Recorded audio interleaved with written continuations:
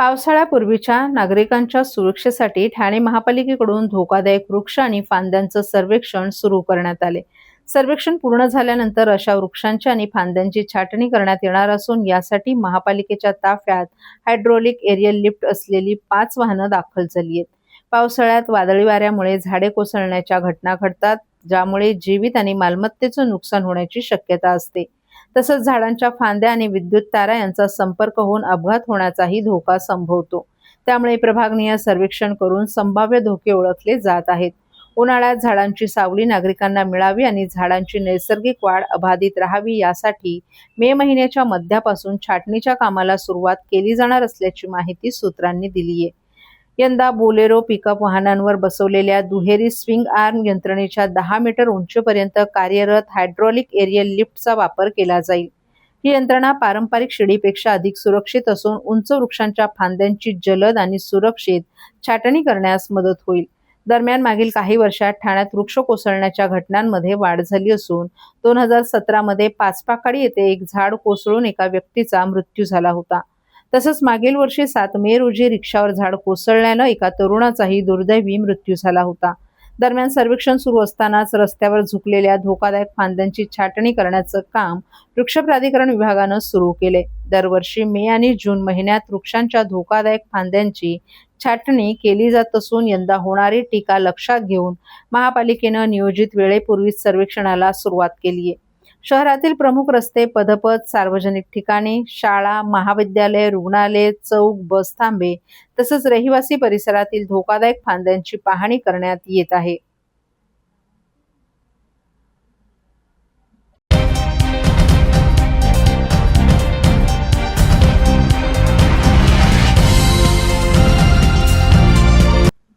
Share मार्केटमध्ये गुंतवणूक केल्यास मोठ्या प्रमाणात परतावा मिळेल असं आमिष दाखवून तसंच लोकांना संमोहित करून 3 जणांनी हजारो गुंतवणूकदारांना कोट्यवधी रुपयांचा गंडा घातलाय. विशेष म्हणजे या प्रकरणी गुन्हा दाखल झाल्यानंतरही पोलिसांकडून मुख्य आरोपींना अटक केली जात नाही असा आरोप गुंतवणूकदारांनी एका पत्रकार परिषदेत केलाय. दरम्यान या प्रकरणी सखोल चौकशी करून 3 आरोपींना आणि त्यांच्यासाठी काम करणाऱ्या सर्वांनाच जेरबंद करावे आणि गुंतवणूकदारांना त्यांचे पैसे परत करावेत अशी मागणी राष्ट्रवादी काँग्रेस शरद पवार पक्षाचे जिल्हाध्यक्ष मनोज प्रधान यांनी केली आहे. तसंच या प्रकरणी गुन्हा दाखल करणाऱ्या पोलिसांचं कौतुक करून फसवणूक झालेल्या नागरिकांनी पोलीस ठाण्यात तक्रार दाखल करावी असं आवाहन देखील प्रधान यांनी केले. शेअर मार्केटच्या माध्यमातून दामदुप्पट फायदा करून देण्याचं आमिष दाखवून सुमारे 1000 गुंतवणूकदारांची फसवणूक करण्यात आली आहे. या गुंतवणूकदारांनी मनोज प्रधान यांच्या उपस्थितीत पत्रकार परिषद घेतली. या पत्रकार परिषदेत मनोज प्रधान यांनी गुंतवणूकदारांची फसवणूक करणाऱ्या भामट्यांचा पर्दाफाश केला. श्रीजी विले कोऑपरेटिव्ह सोसायटी नितीन कंपनी समोर राहणारे सचिन बाळकृष्ण राणे, प्रीती सचिन राणे यांनी शेअर मार्केट ट्रेनिंग क्लासेसच्या माध्यमातून मराठी भाषिक गुंतवणूकदारांना आकर्षित करण्यास सुरुवात केली होती. त्यांनी गुंतवणूकदारांना सागर करिवर्डेकर मार्फत गुंतवणूक केल्यास दरमहा 4 ते 5% परतावा देण्याचं आमिष दाखवल्याचं प्रधान यांनी सांगितलं. डिसेंबर 2025 पर्यंत त्यांनी 1246 गुंतवणूकदारांची नोंदणी केली, ज्या अंतर्गत 1985 कोटी रुपये गुंतवले गेले. प्रीती राणे या लोकांना जाळ्यात ओढायच्या आणि पैसे करिवडेकराच्या खात्यात जमा करायला सांगायच्या. विश्वास संपादन करण्यासाठी करिवडेकर सोबत एक सामंजस्य करारही करण्यात आला होता, ज्यावर सचिन राणे यांनी मार्गदर्शक म्हणून स्वाक्षरी केली होती. ज्या खात्यात गुंतवणूकदारांनी पैसे जमा केले होते त्या खात्यातून राणे कुटुंबियांचे नातेवाईक, ज्यात त्यांचे आई वडील, भाऊ आणि बहीण यांचा समावेश आहे, यांना कोट्यवधी रुपयांची रक्कम मिळाली. या सर्वांना सहआरोपी करावे अशी मागणीही प्रधान यांनी केली आहे. ठाणे आर्थिक गुन्हे शाखेने 25 फेब्रुवारी रोजी सचिन राणे आणि सागर करिवडेकर यांच्या विरोधात FIR दाखल केलाय. सध्या दोन्ही मुख्य आरोपी फरार आहेत. तर या प्रकरणात लोकांना जाळ्यात ओढणारी प्रीती राणे हिच्यावर कोणताही गुन्हा दाखल झाला नसल्याचंही समजतंय. या तिघांनाही तात्काळ अटक करावी अशी मागणी प्रधान यांनी केली आहे. गुंतवणूकदारांचे पैसे देऊन सचिन राणे, प्रीती राणे आणि सागर करिवडेकर यांच्या कुटुंबियांनी कोट्यवधी रुपये कमावले असून त्यांच्या बँक स्टेटमेंटनुसार त्यांच्या खात्यात कोट्यवधी रुपये जमा असल्याचंही प्रधान यांनी सांगितलं.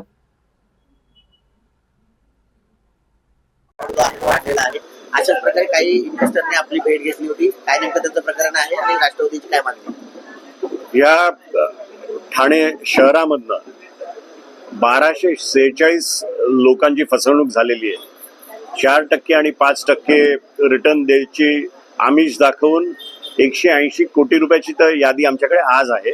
180 कोटी रुपये घेण्यात आलेले आहेत आणि राणे दाम्पत्य आता काही न देता फरार झालेला आहे. आमची EOW ला एवढीच मागणी आहे की FIR लॉन्च झालेला आहे तर लवकरात लवकर त्यांना अटक व्हावी आणि त्यांचे असेट्स फ्रीज करून लवकरात लवकर कसे लिक्विडेट होतील ते बघून आपले लोकांचे पैसे त्यांना लवकरात लवकर परत मिळावे. तसंच आपल्या माध्यमातून लोकांना सांगायची एक इच्छा आहे की असं 4% आणि 5%च्या आमिषाला भूल पडू नका. कोणीही तुम्हाला 4-5% इन्व्हेस्टमेंटवर रिटर्न देऊ शकत नाही.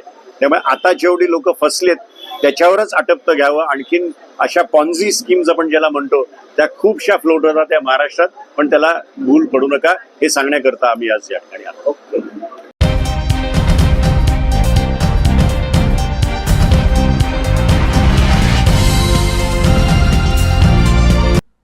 मागील अनेक वर्ष रखडलेल्या ठाणे आणि मुलुंड दरम्यानच्या विस्तारित रेल्वे स्थानकाचा मार्ग मोकळा झालाय. नुकताच रेल्वे बोर्डानं आर्थिक तरतूद करण्यास मान्यता दिली असून लवकरच निविदा प्रक्रिया पूर्ण होणार असल्याची माहिती विश्वसनीय सूत्रांनी दिली आहे.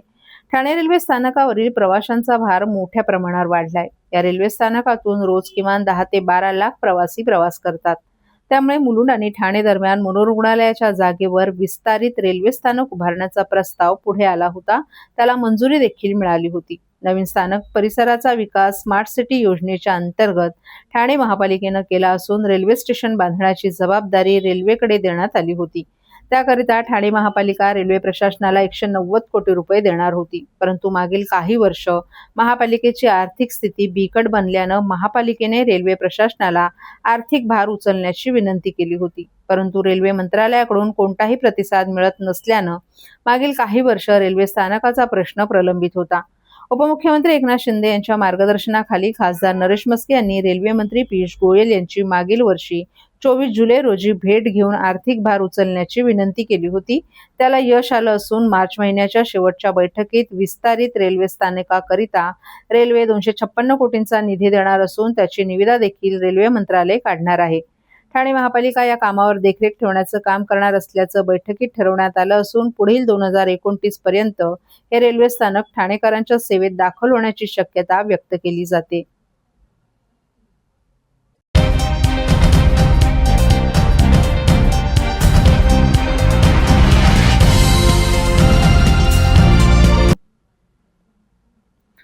कल्याण अहिल्यानगर महामार्गावर आज काळजाचा थरकाप उडवणारी घटना घडलीय. एक सिमेंट मिक्सर आणि काळी पिवळी इको टॅक्सी यांच्यात समोरासमोर भीषण धडक झाली. या अपघातात 11 प्रवाशांचा मृत्यू झाल्याची प्राथमिक माहिती समोर आली आहे. हा अपघात इतका भीषण होता की इको कारचा अक्षरशः चक्काचूर झाला असून गाडीचा सांगाडा ओळखणंही कठीण झाले.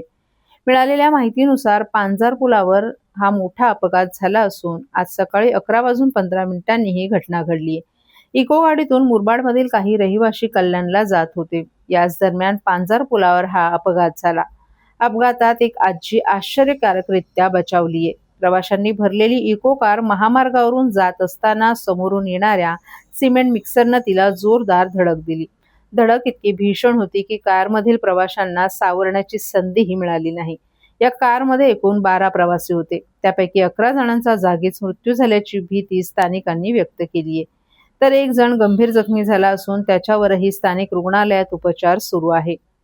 अपघाताचा आवाज ऐकताच परिसरातील स्थानिक नागरिकांनी मदतीसाठी घटनास्थळी धाव घेतली.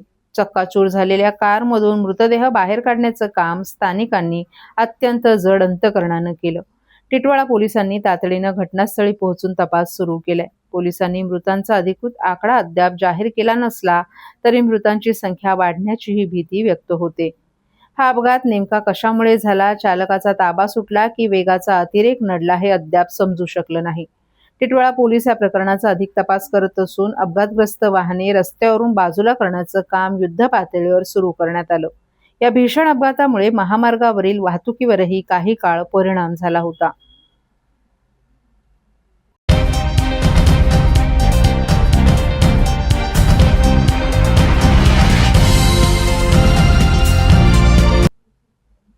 आपल्या अजरामर आवाजानं 8 दशकाहून अधिक काळ रसिकांच्या मनावर अधिराज्य गाजवणाऱ्या ज्येष्ठ गायिका आशा भोसले यांचं काल निधन झालं. त्यांच्या जाण्यानं संगीत क्षेत्रातील सुवर्णयुगाचा एक अध्याय संपल्याची भावना व्यक्त होते.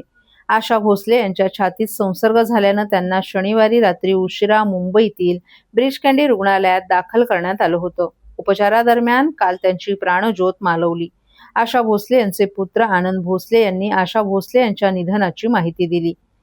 तर आज दुपारी 4 वाजता आशा भोसले यांच्या पार्थिवावर अंत्यसंस्कार करण्यात येणार आहेत. परंतु आशा भोसले यांच्या निधनानं हिंदी चित्रपटसृष्टी, गायन क्षेत्र, कलाक्षेत्र तसंच राजकीय क्षेत्रातही शोककळा पसरलीये. प्रत्येकानं सोशल मीडियावर आशा भोसले यांच्याविषयी भावनिक पोस्ट शेअर केलीये. ठाणे शहर खासदार नरेश म्हस्के यांनी देखील ज्येष्ठ गायिका आशा भोसले यांच्याविषयी सोशल मीडियावर भावनिक शब्दात आदर व्यक्त करत विशेष पोस्ट शेअर केलीये. आपल्या पोस्टमध्ये त्यांनी आशा भोसले यांच्या जवळपास 8 दशकांच्या संगीत प्रवासाचा गौरव करत त्यांच्या अजरामर गाण्यांची आठवण करून दिली. चुरा लिया है जो तुमने दिल को, मेरा कुछ सामान तुम्हारे पास पडा है, हृदयी प्रीत जागते यांसारख्या गीतांचा उल्लेख करत त्यांनी आशा भोसले यांच्या आवाजानं अनेक पिढ्यांच्या मनावर अधिराज्य गाजवल्याचं सांगितलं. एकाच आवाजातून विविध भावभावना व्यक्त करण्याची त्यांची अद्वितीय कला आणि शब्दातील भाव श्रोत्यांपर्यंत पोहोचवण्याची ताकद याबद्दलही खासदार नरेश म्हस्के यांनी कौतुक व्यक्त केले. विश्वातील आशाताई भोसले यांचं निधन झाल्याची वार्ता समजलेली आहे. शिवसेनेसोबत देखील त्यांच्या अनेक आठवणी आहेत. मुख्यमंत्री एकनाथ शिंदे यांच्या सोबत देखील अनेक आठवणी आहेत. काय नेमक्या भावना आहेत? कधी लावणीचा ठसका तर कधी गझलेचा शांत असा स्वर. त्या केवळ गायिका नव्हत्या तर त्या भावना जपणाऱ्या शिल्पकार होत्या. पिया तू अब तो आजा या ठेक्यावर आजही पाय थरकतात. तर दम मारो दम म्हणत बंडखोरीचा एक जो स्वर असतो, त्याचबरोबर चुरा लिया है या गाण्यातून शांत असं प्रेमाचं स्वरूप, सर्व प्रकारच्या भावना आपल्या स्वरातून उतरवणाऱ्या आशाबाई, एक मराठी गायिकेने संपूर्ण विश्वाला भुलवून टाकलं. प्रत्येक तरुणाला आपल्या मनातील प्रेम असो, विद्रोह असेल, तो त्यांच्या स्वरातून जाणवत होता. तो आपला स्वर वाटत होता. अशा आशाताईंचं आज निधन झालेलं आहे. त्यांना भावपूर्ण श्रद्धांजली. आठवणी आहेत का अजून काय? आशाताई भोसले ठाण्यामध्ये देखील आल्या होत्या आणि काही कार्यक्रमांच्या निमित्ताने त्यांच्याशी आयोजनामध्ये, कार्यक्रम करण्यामध्ये सहभाग घेता आला. त्यांचे काही इव्हेंट्स करण्यामध्ये, मुंबईमध्ये सुद्धा इव्हेंट्स करण्यामध्ये सहभागी घेता आला. एक खुल्या दिलाच्या आशाताई होत्या आणि त्या बिनधास्तपणे जगल्या.